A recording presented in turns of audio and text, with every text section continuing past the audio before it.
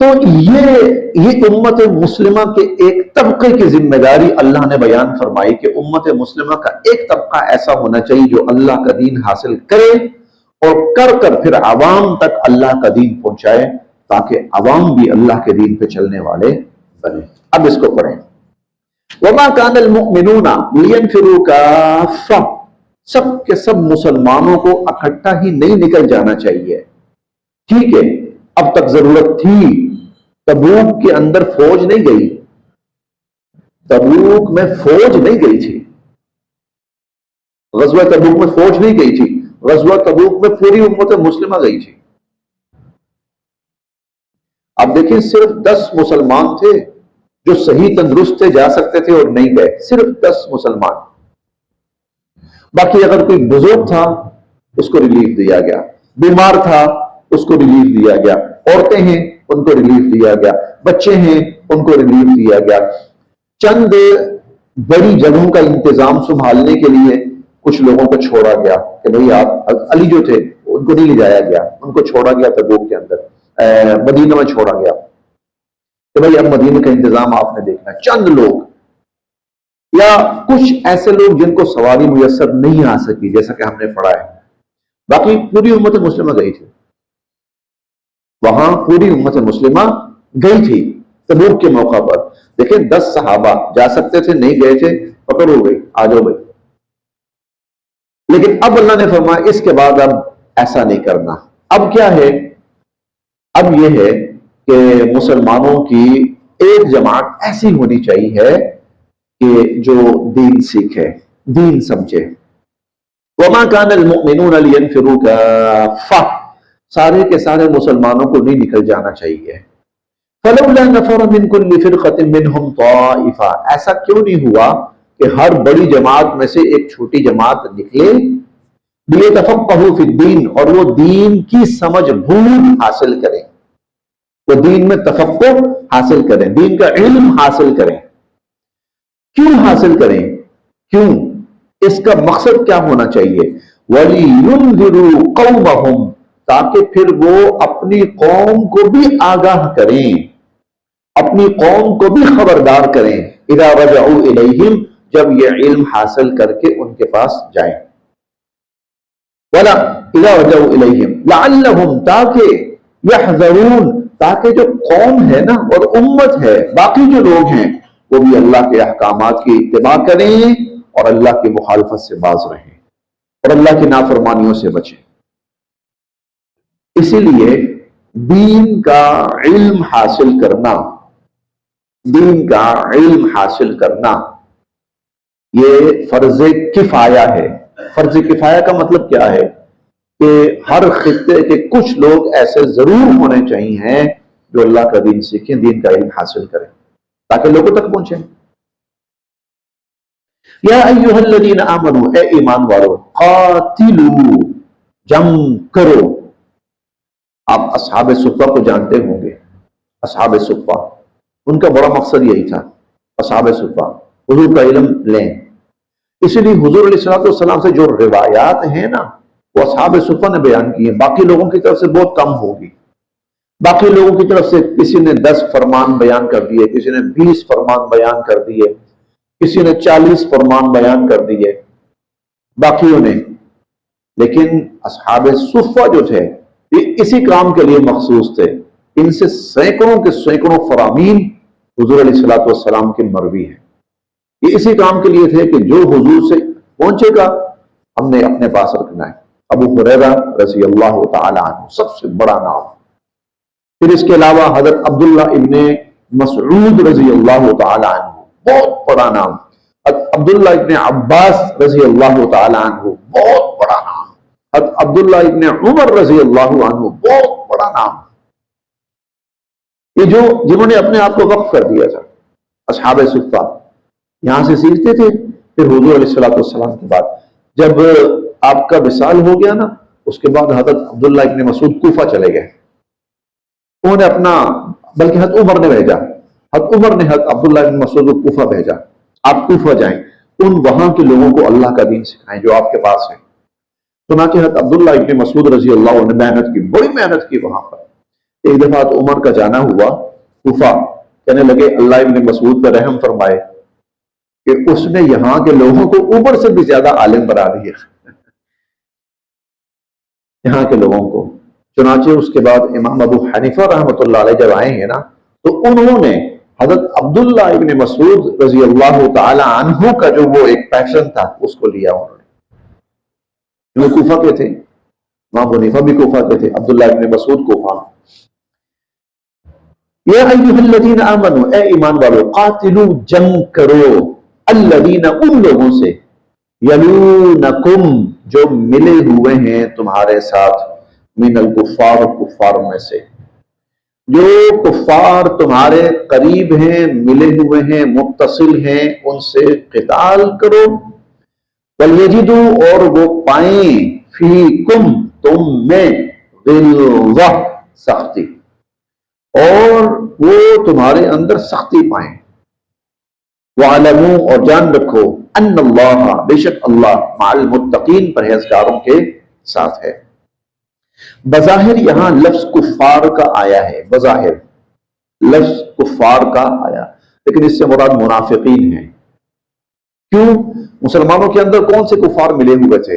یہ منافقین تھے، نمبر ایک۔ نمبر دو، اگلی جتنی آیات آ رہی ہیں منافقین کے بارے میں آ رہی ہیں، اسی لیے یہاں کفار سے مراد منافقین ہے۔ وَيَجِدُوا فِيكُمْ غِلظَةً، وہ تمہارے اندر سختی پائیں۔ اب ان کے لیے کوئی نرمی نہیں ہے، اب ان کے لیے کوئی رعایت یا کوئی سہولت ان کے لیے نہیں ہے۔ وَعَلَمُوا، اور جان رکھو، ان اللہ، بے شک اللہ تعالیٰ، مع المتقین، پرہیزگاروں کے ساتھ ہیں۔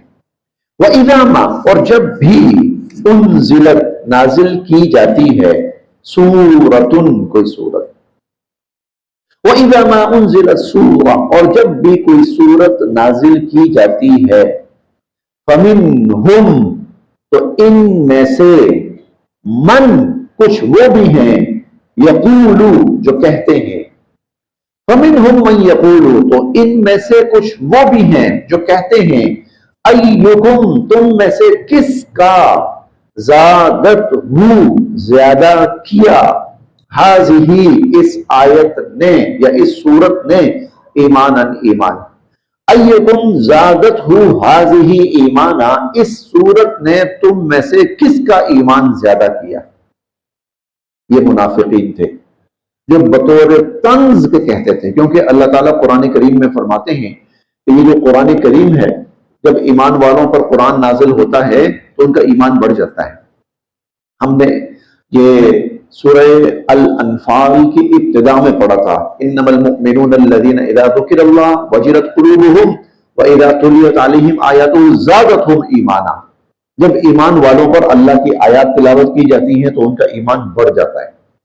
تو یہ بطور طنز اور مذاق کے، استہزاء کے کہتے تھے منافقین کہ ہاں بھائی اس صورت سے کس کا ایمان بڑھا ہے۔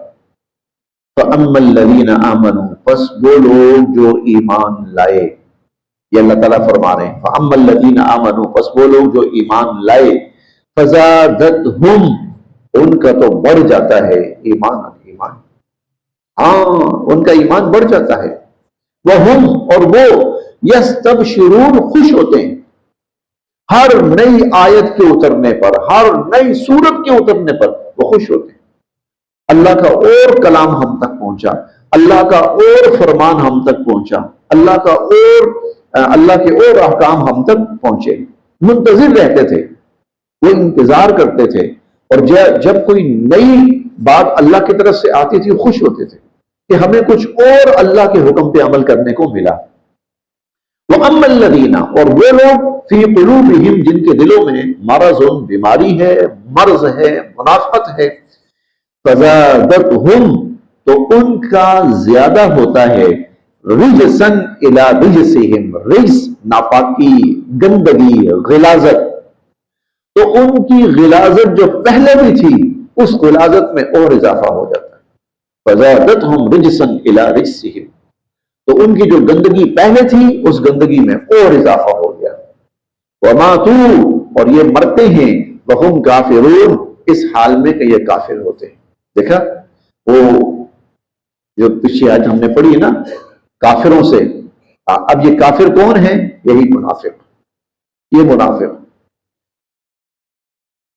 اولا کیا نہیں، یرونا یہ لوگ دیکھتے، اولا یرونا کیا یہ لوگ دیکھتے نہیں ہیں، انہم کہ بے شک یہ، یفتنون مصیبت میں ڈالے جاتے ہیں، یہ مصیبت میں ڈالے جاتے ہیں، فی کل عام ہر سال، مرتن کبھی ایک مرتبہ، او مرتین یا کبھی دو مرتبہ، کبھی ایک مرتبہ کبھی دو مرتبہ، کہیں نہ کہیں ان کا پول کھلتا رہتا ہے، کہیں نہ کہیں یہ ذلیل ہوتے رہتے ہیں، ثم پھر بھی لا یتوبون توبہ نہیں کرتے، ولا اور نہ ہی ہم یہ یذکرون نصیحت حاصل کرتے ہیں، پھر بھی نہ تو یہ توبہ کرتے ہیں اور نہ ہی نصیحت حاصل کرتے ہیں۔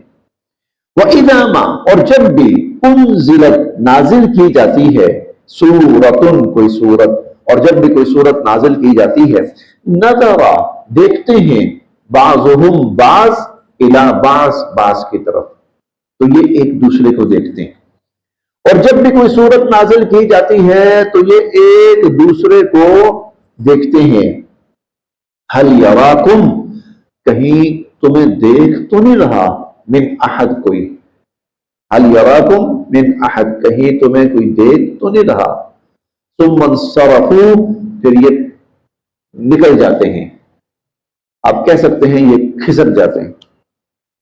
جب قرآن نازل ہوتا تھا نا حضور علیہ الصلوۃ والسلام پر، تو آپ کی اکثر کوشش یہ ہوتی تھی کہ میں صحابہ کرام کا جب کوئی اجتماع ہو، بڑا مجمع ہو، تو میں اس بڑے اجتماع یا بڑے مجمع کے سامنے اللہ کا یہ قرآن پڑھ کے سناؤں تاکہ زیادہ لوگوں تک پہنچے۔ اکثر آپ یہ کوشش فرماتے تھے، اس لیے اجتماعات جو بڑے اجتماع، یا تو وہ اجتماع منعقد کیا جاتا تھا یا وہ خود ہی منعقد ہوتا تھا، جیسے جمعہ ہو گیا، جیسے نمازیں ہو گئیں، تو حضور علیہ الصلوۃ والسلام پھر ایسے مواقع پر جو آیات نازل ہوتی تھی وہ پڑھتے تھے کہ بھئی اللہ کی طرف سے یہ قرآن نازل ہوا ہے۔ اب کئی دفعہ ایسا ہوتا تھا کہ وہ جو منافق طبقہ ہوتا تھا وہ بھی درمیان میں کہیں بیٹھے ہوتے تھے، جب بیٹھے ہوتے تھے نا، اب قرآن اتر رہا ہے تو وہ کہتے ہیں نا، میں تھوڑا سا محاورہ بدل رہا ہوں کہ چور کے سر میں تنکا،